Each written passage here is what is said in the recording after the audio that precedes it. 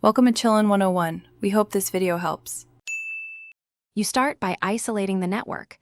Remove the load and label the two open terminals A and B. Next, zero sources, short independent voltage sources, and open independent current sources, because you need the passive resistance seen from the terminals. Once done, collapse any obvious series resistors and combine parallel groups. Make sure to redraw the simplified circuit. This prepares you to compute the equivalent resistance directly and avoids mistakes in later steps. Now compute RTH by looking into AB with sources zeroed.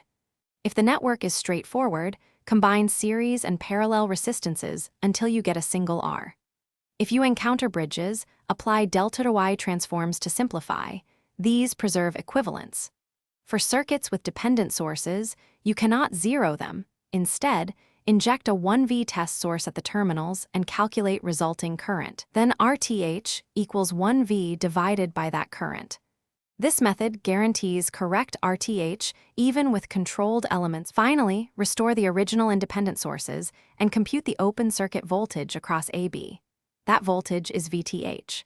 Use nodal analysis or mesh analysis for precision or superposition when multiple independent sources are present. Once you have VTH and RTH, represent the Thevenin equivalent as VTH in series with RTH. If results disagree with measurements, double-check source zeroing, dependent source handling, and sign conventions. Common errors that flip polarity.